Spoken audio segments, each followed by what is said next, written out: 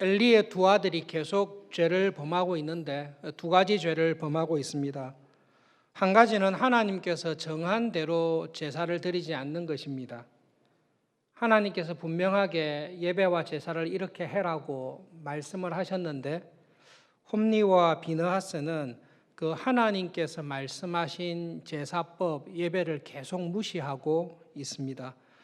홈리와 비느하스가 몇 살쯤 되었겠습니까?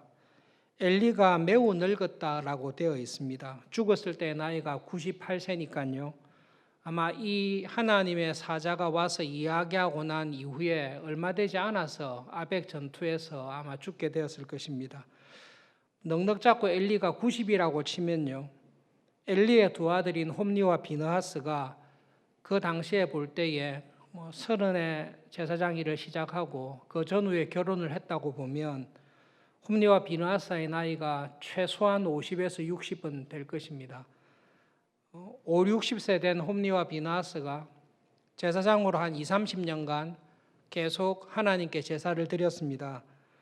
그런데 계속해서 하나님께서 말씀하신 율법, 제사법을 어기고 자기 소견에 좋을 대로 제사를 망치고 있습니다. 엘리가 그 이야기를 계속 들었습니다. 경고를 했습니다. 더 심각한 이야기를 들었습니다. 회막문에서 수종드는 여인들이 있습니다.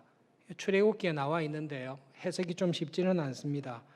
어쨌든 우리가 생각할 때는 성전이 세워지기 전에 성막인데 성막에서 하나님을 제사하고 예배하는 일에 헌신했던 여인들, 경건한 여인들이라고 생각이 됩니다.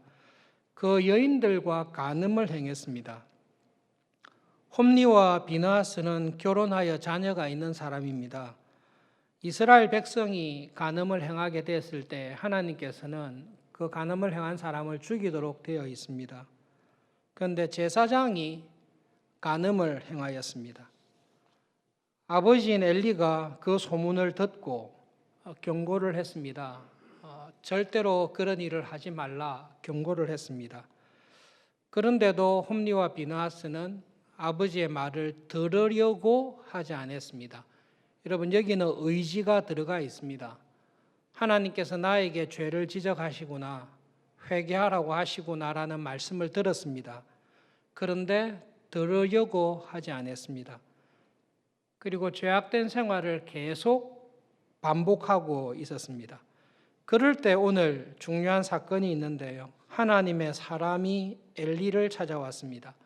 얼핏 생각할 때는 죄를 범한 사람이 홈리와 비느하스입니다. 홈리와 비느하스에게 찾아와서 경고를 해야 될 텐데 왜 아버지인 엘리를 찾아왔을까 의아하게 생각할 수 있습니다. 그러나 하나님께서 하나님의 사람을 홈리와 비느하스가 아니라 엘리에게 보낸 명백한 이유가 있습니다.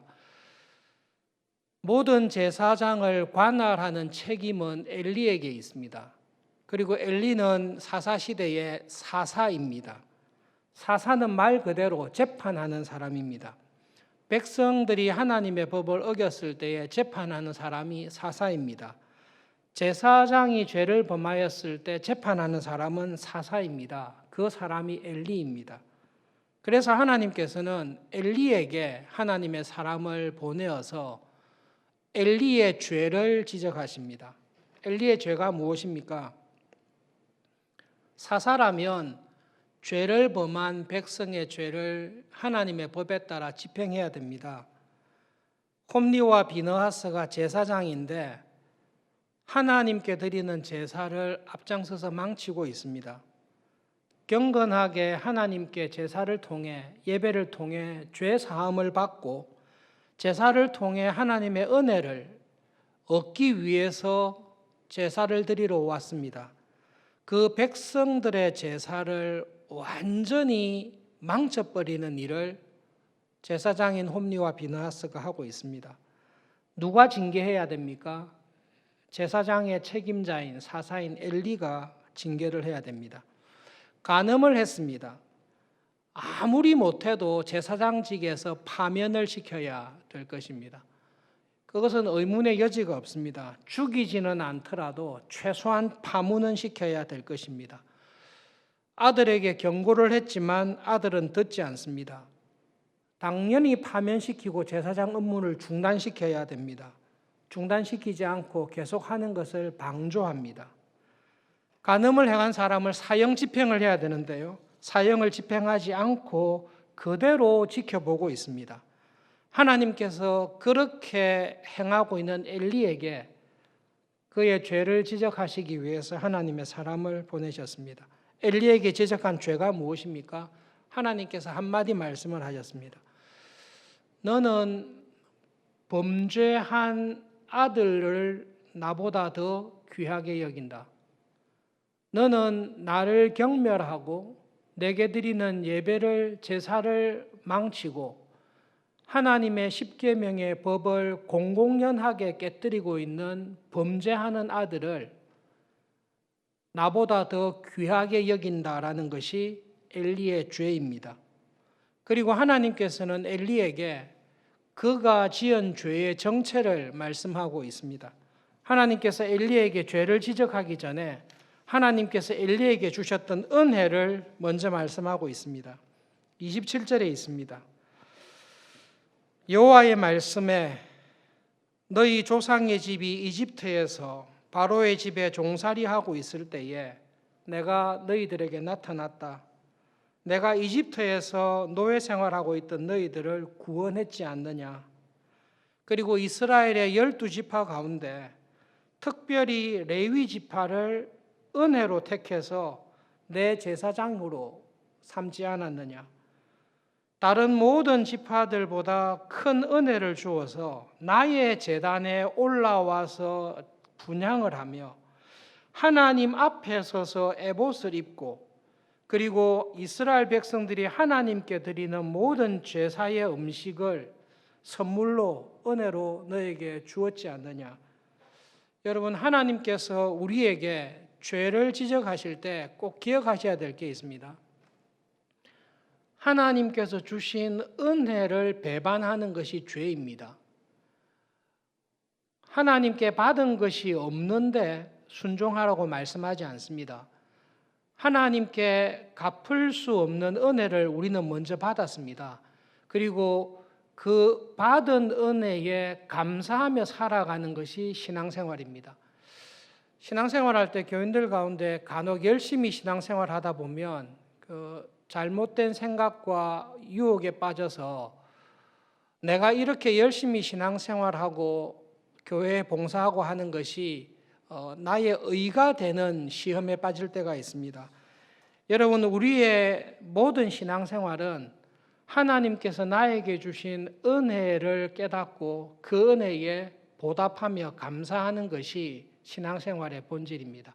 엘리에게 지적하는 죄가 뭔고 하면 너는 배은망덕하다라는 것입니다. 구원받을 자격이 없고 제사장이 될 자격이 없고 하나님 앞에서 이런 은혜를 누릴 자격이 없는 엘리에게 값없이 은혜를 주셨습니다.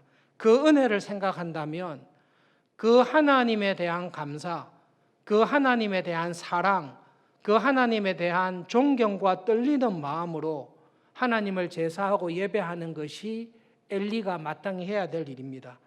그런데 엘리의 마음에는 어느 순간에 나에게 이런 놀라운 은혜와 복을 주신 하나님은 온데간데 없고 자기 아들에 대한 사랑과 애정이 엘리의 마음을 차지하고 있습니다. 그래서 하나님께서 엘리에게 하는 말씀이 그 말씀입니다. 내가 너에게 준 모든 은혜는 온데간데 없어졌고 계속하여 나를 무시하고 나의 율법을 깨뜨리고 회개하지 않고 죄 가운데 있는 아들을 너에게 이런 은혜를 준 나보다 더 존중히 여기고 사랑하고 있구나. 하나님께서 그 엘리의 죄를 지적하고 계십니다. 그러면서 하나님께서 우리가 기억해야 될 말씀을 하십니다.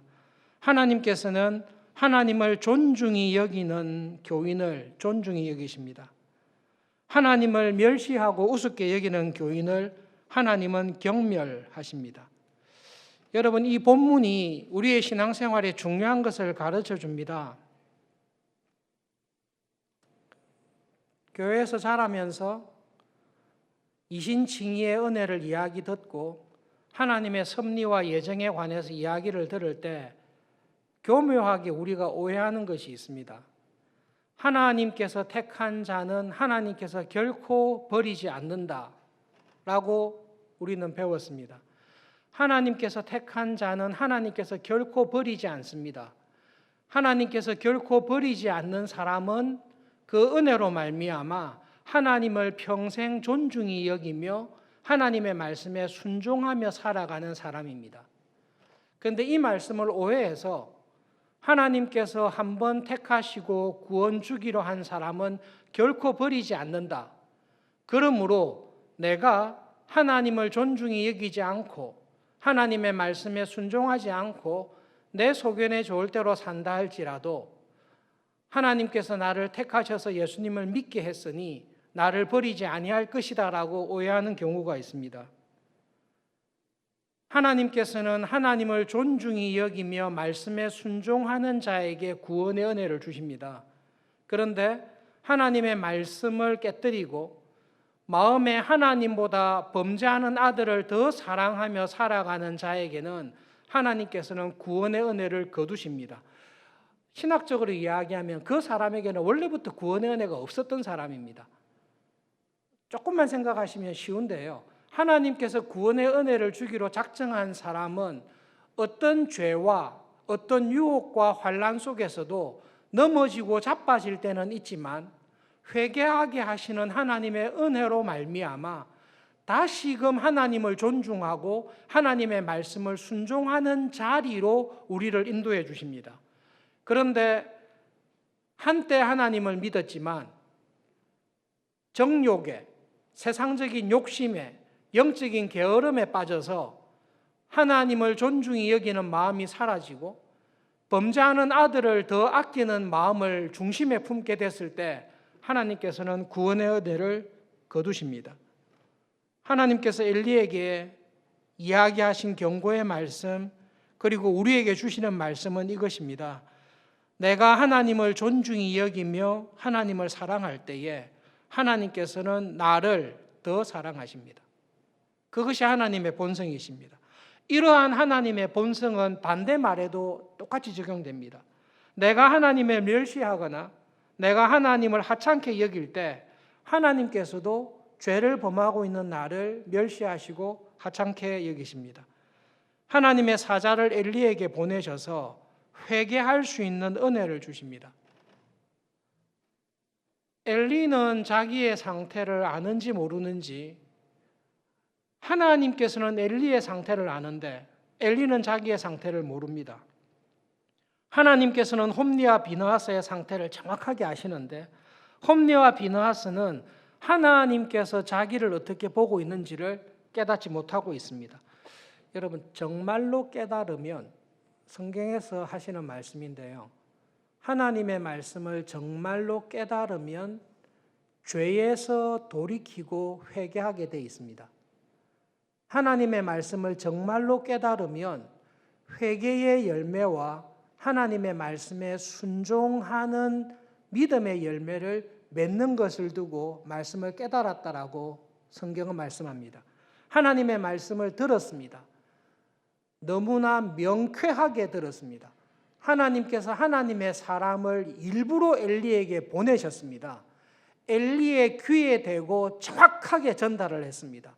지금 네가 죄를 범하고 있고 너의 두 아들이 끊임없이 죄 가운데 있으니까 그 죄에서 돌이키고 회개하라고 하나님께서 말씀하셨습니다.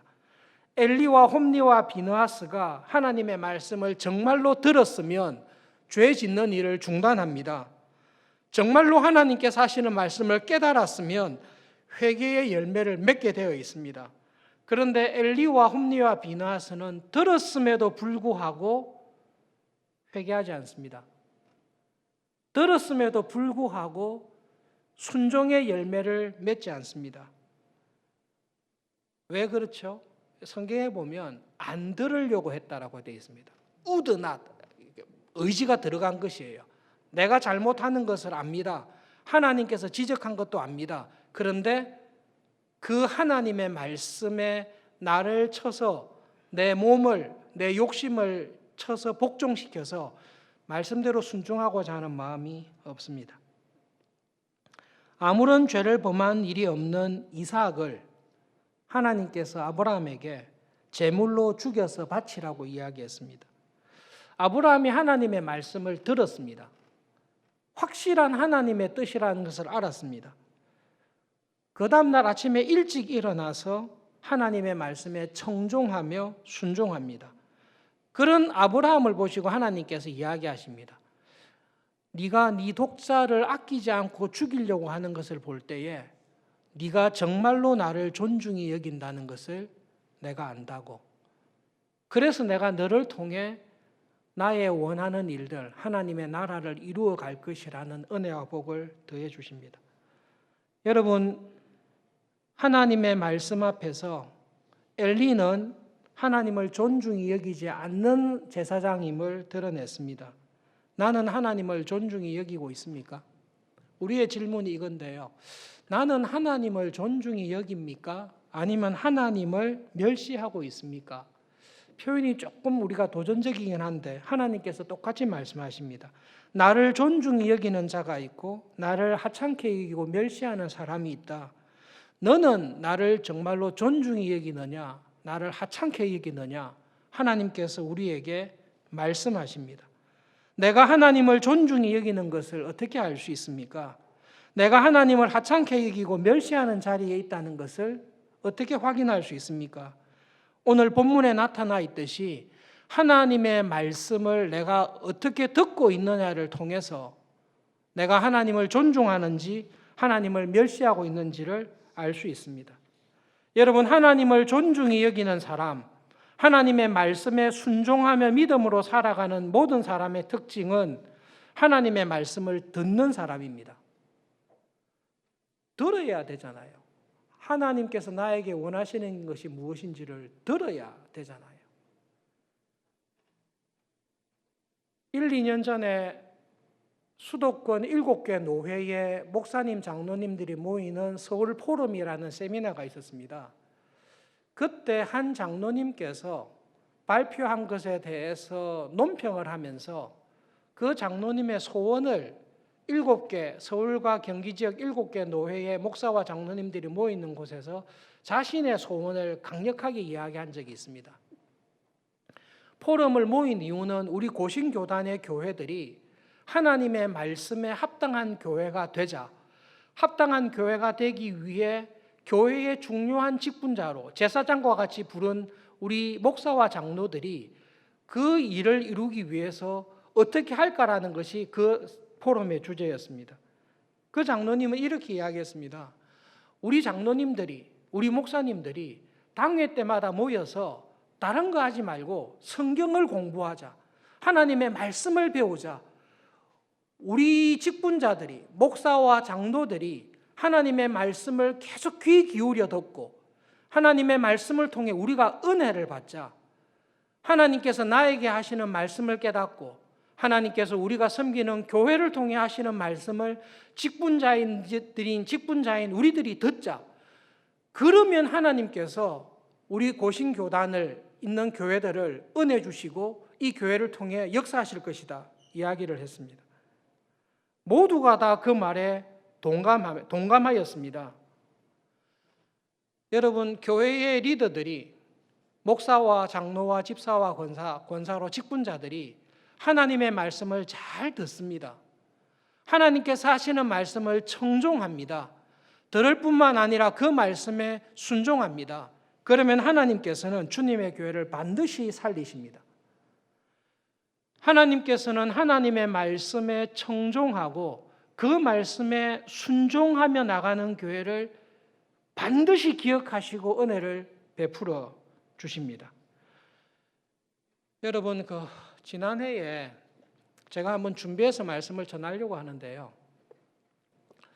지난해에 총회에서 서명 공문이 한 개 내려온 적이 있습니다. 그때 당회에서 그때 다 서명하려고 하다가 그 공문에 조금 문제가 있어서 서명을 안 한 게 있습니다. 그 공문이 뭔고 하면 동성애와 난민에 관한 것을 반대하자라는 공문이었습니다. 그때 우리 당회의 결정이 난민을 걸지 않았더라면 동성애에 관해서는 우리 교회와 당회원들의 입장은 분명합니다. 하나님께서 우리 교회에, 하나님께서 일반 사회에 정하신 법이 있고 하나님의 뜻이 있습니다. 교회가 하나님의 말씀에 귀를 기울이고 가만히 생각해 볼 때에 교회가 나라와 국가를 위해서 기도하고 나라가 잘 되고 사회가 건강하게 되기 위해서 해야 될 책임이 교회에 있습니다. 우리는 정치적인 이슈에 관해서는 싸우지 않습니다. 교회 안에서도 정치적 이슈에 대해서는 다른 입장을 가질 수가 있습니다. 예수님께서는 열심당원도 제자로 삼으시고 로마의 앞잡이였던 세리마태도 제자를 삼으시고 그들을 부르셔서 하나님 나라의 일꾼으로 하나님께서는 쓰십니다. 그러나 성경이 명확하게 이야기하는 하나님의 법, 하나님께서 주신 법에 관해서 반대하고 사회나 국가가 반대로 나갈 때에 교회는 그 부분에 대해서 명쾌하게 입장을 표현하는 것이 교회가 해야 될 책임이라고 믿습니다. 저도 장애가 있는 아들이 있기 때문에요. 장애인 차별금지법에 대해서는 두 손 들고 환영합니다. 그러나 지금 포괄법이라고 포괄적 차별금지법이라는 것은 여러분 그 법을 자세히 들여다보시고 한 그리스도인으로 한 목회자로 교회로서 해야 될 태도를 취해야 될 때입니다. 하나님의 말씀을 잘 들어보십시오. 하나님의 말씀을 귀 기울여 들으면 이것은 정치적 입장을 떠나서 하나님의 말씀 앞에서 개인이, 그리스도인이, 교회가, 총회가 어떤 입장을 취해야 될지 명쾌하게 이야기할 때가 있습니다. 거기에 대해서는 우리가 하나님의 말씀을 청종하여 교회로서의 입장을 취해야 될 것입니다. 하나님께서 교회에 은혜를 주실 때가 언제입니까? 교회가 하나님의 말씀에 청종할 때에 은혜를 주십니다. 여러분 코로나19 기간을 지나면서 제가 계속해서 읽고 공부하는 쪽이 한국교회, 우리 한국교회 초대 때에 있었던 교회의 모습, 한국교회 초창기에 있었던 믿음의 선배들의 모습을 보고 있습니다. 시간이 별로 없어서 그냥 각설하면요. 하나님께서 초창기 한국교회에 왜 그런 원산 대부흥, 평양 대부흥, 크리스찬 인구가 5%도 채 안 되는데 그렇게 한국교회를 쓰셔서 멸망하여 식민지 가운데 있는 먹을 것이 없고 절망밖에 없는 이 땅에 교회를 통해서 하나님께서 은혜를 주셨습니까? 이유는 딱 한 가지인데요. 그때 몇 퍼센트 안 되는 교인들이 하나님의 말씀에 귀를 기울이고 청종하는 교회가 그 시대는 살아 있었습니다. 선교사님들이 했던 모든 기록들을 보십시오. 한국 교회는 습관이 어떻게 들었는가 하면 한국 교회는 예수님을 믿을 때부터 1년에 2차례 하던 모든 일을 멈추고 하나님 앞에 나와서 짧게는 7일, 길게는 한 달, 1년에 2차례 하나님의 말씀을 듣고 성경을 공부하며 가가호 전도하며 저녁에 집회하며 새벽부터 밤 늦은 시간까지 하나님의 말씀에 귀를 기울이던 교회가 우리 한국 교회에 하나님께 주신 우리 교회의 본래의 모습입니다. 홈리와 비너하스처럼 습관적으로 하는 신앙생활 아닙니다. 제사장이니까 와서 예배드리고 안식일이니까 와서 제사드리고 이렇게 하는 것이 아니라 하나님 저를 구원하여 주신 구원의 은혜를 감사합니다. 1903년과 1902년과 1903년에 대기근이 왔습니다. 선교사가 이렇게 썼습니다. 1902년과 3년에 대기근 때문에 배가 너무 고팠고 목이 말랐습니다. 그러나 그들이 느끼는 영혼의 기갈은 이것보다 더 심했습니다. 메마른 땅이 비를 기다리듯이 그들의 영혼은 하나님의 말씀을 사모하여 교회로 모여들었습니다. 그들은 모든 일을 내려놓고 하나님의 말씀인 책을 들었습니다. 그때에 말씀이 열정이 타는 곳에 대부흥의 성령님께서 생수처럼 부어주셨습니다. 그 당시 한국의 조선의 사람들이, 안 믿는 사람들이 말씀에 귀를 기울인 것이 아닙니다. 몇 퍼센트 밖에 되지 않지만 교회에 부름받은 교회가 하나님의 말씀에 귀를 기울였습니다. 그리고 하나님께서 하신 말씀에 아무런 토를 달지 않고 순종하며 거룩한 교회로 살아갔습니다. 그럴 때에 하나님께서는 무엇을 보셨습니까?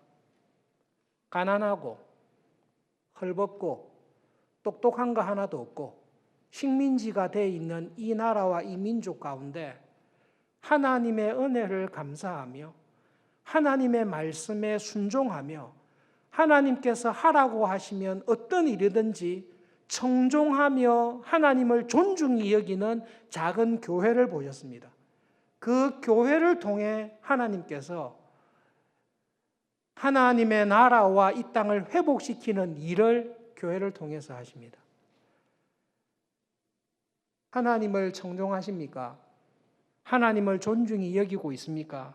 나는 엘리처럼 제사장으로 교회로 부름받았는데 엘리처럼 하나님을 우습게 여기고 범죄하는 아들을 더 사랑하고 있지는 않는가? 나는 어떤 자리에 있습니까? 그것을 어떻게 알 수 있습니까?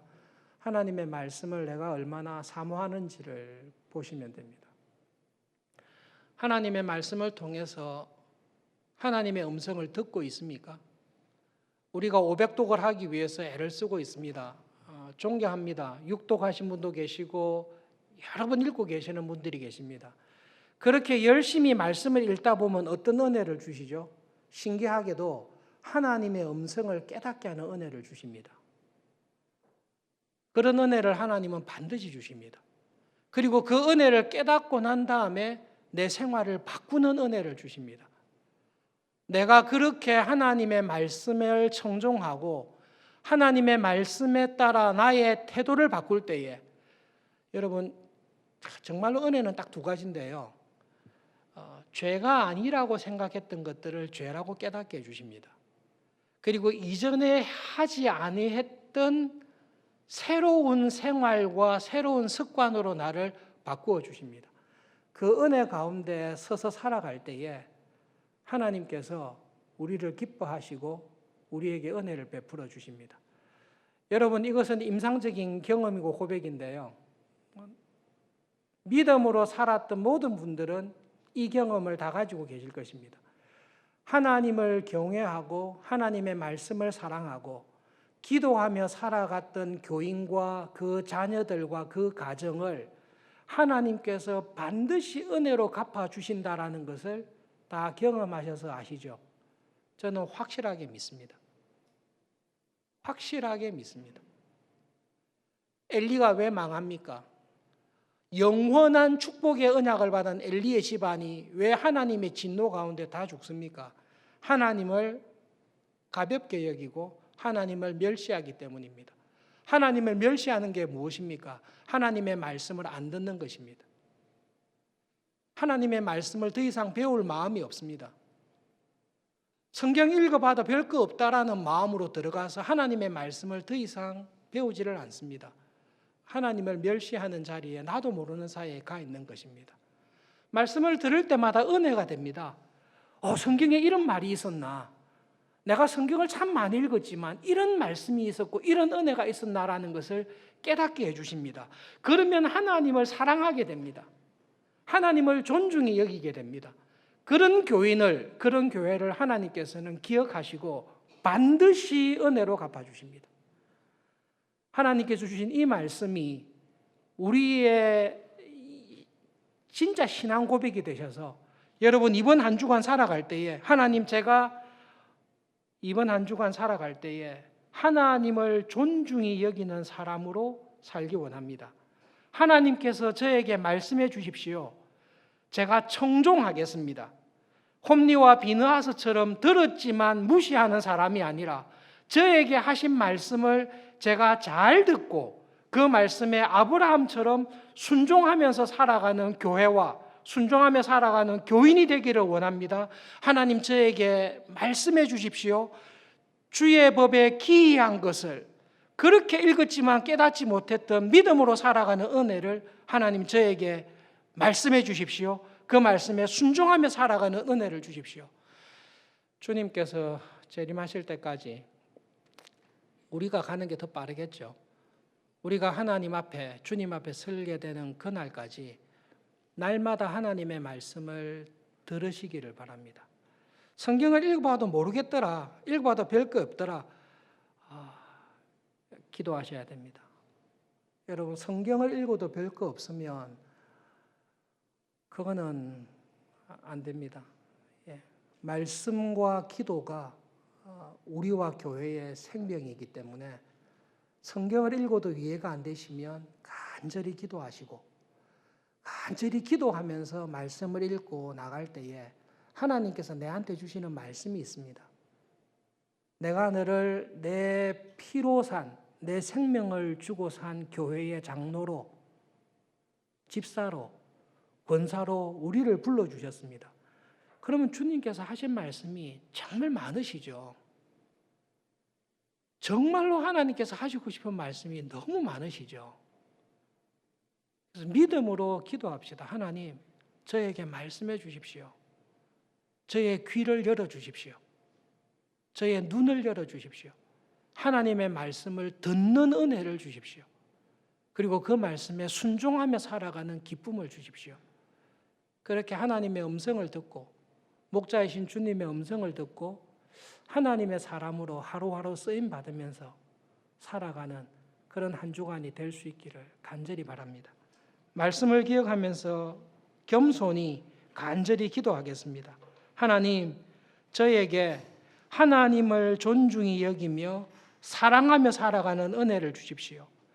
그럴 때에 하나님께서 그렇게 살아가는 저에게 얼마나 큰 은혜를 주시는지 경험하며 그 은혜의 하나님을 더 사랑하며 살아가는 구원의 기쁨을 더해 주십시오. 하나님, 우리 교회가 그런 교회가 되도록 은혜를 주십시오. 함께 기도하겠습니다.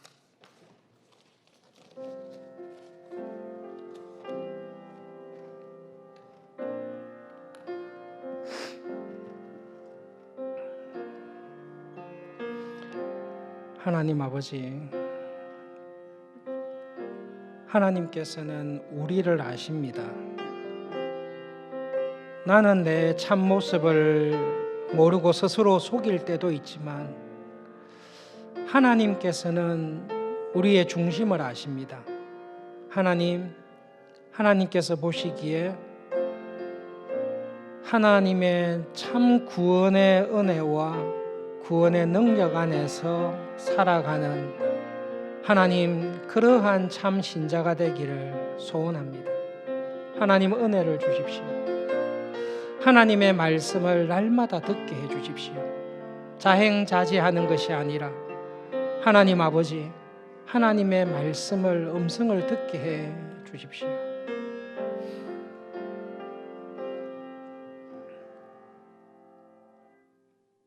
나는 선한 목자라 말씀하신 예수님, 내 양은 내 음성을 듣고 내 양은 내가 말하는 곳으로 따라온다라고 주님께서 말씀하셨습니다.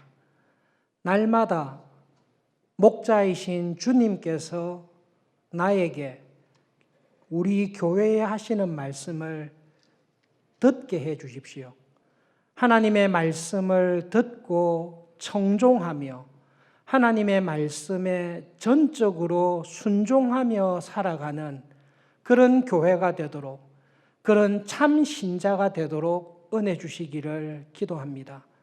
하나님, 특별히 우리 교회에 주님께서 부르시고 세우신 직분자들을 위하여 기도합니다.